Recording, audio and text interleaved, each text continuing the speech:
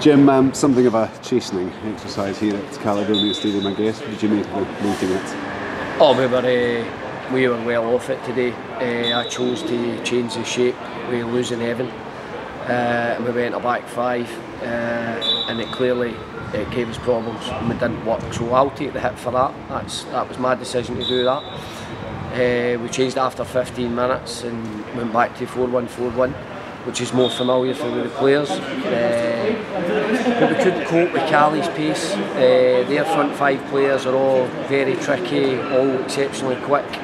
With maybe the exception of Billy McIntyre, but his movement's really quick up top, and he's clever player. And we didn't get to grips it, and we didn't get enough contact.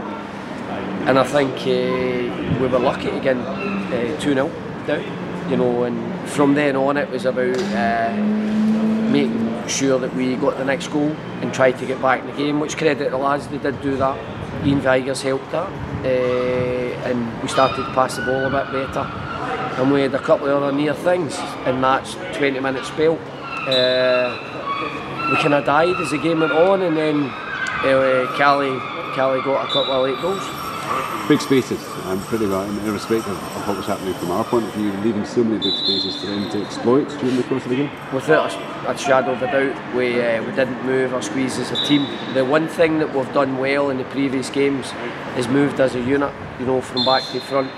But when you don't do that, then you leave space for good players, and especially players who are quite dynamic, which Cali have 4 or 5 of them in their team today, and they exploited it. You know, and that's no good enough from our point of view. So it's a very harsh learning curve today. We'll lick the wounds. You know, what we've got is an honest group of players who know standards were way below what they were a couple of weeks when we were here, and that just highlights what happens against the teams that are going to be fighting for the title, which I expect them to be right up there. What they can do to you if you don't get your organisation right and you get the distances right, because it then gives you such a mountain to climb. Is that the sort of thing it should be simple enough to rectify in training sessions of the week ahead? Without a shadow of a doubt. We will definitely be working on that this week in training, that we've got to be more compact against the ball, better lines, tighter. But the basics of passing the ball when we win it back have got to be better as well, because as much as our lines weren't good, it was because we kept giving the ball away as well. And when you do that, then opposition just feed off your mistakes. And that was really evident in the first period, that the amount of times that we gave the ball away. And we looked panicked by Cali's start. Got to say, there was a couple of exceptional players for us today, and obviously Kyle Gourley, who was different class, and I also thought Mitch Megginson up top was brilliant, you know, and he epitomised what I need every player to be like, you know, and the way he went about his business today, and we didn't have enough of that. You did give Kieran Dunn his first start, of course, just in the door at the club.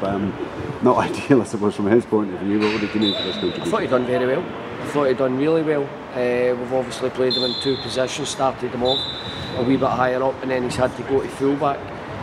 He also dislocated his shoulder in the first half, which the physio popped back in. He's had a shoulder operation on that side before, so it's not the first time. So it just shows you, you know, his courage and determination, to stay on the pitch and, you know, try and complete the game.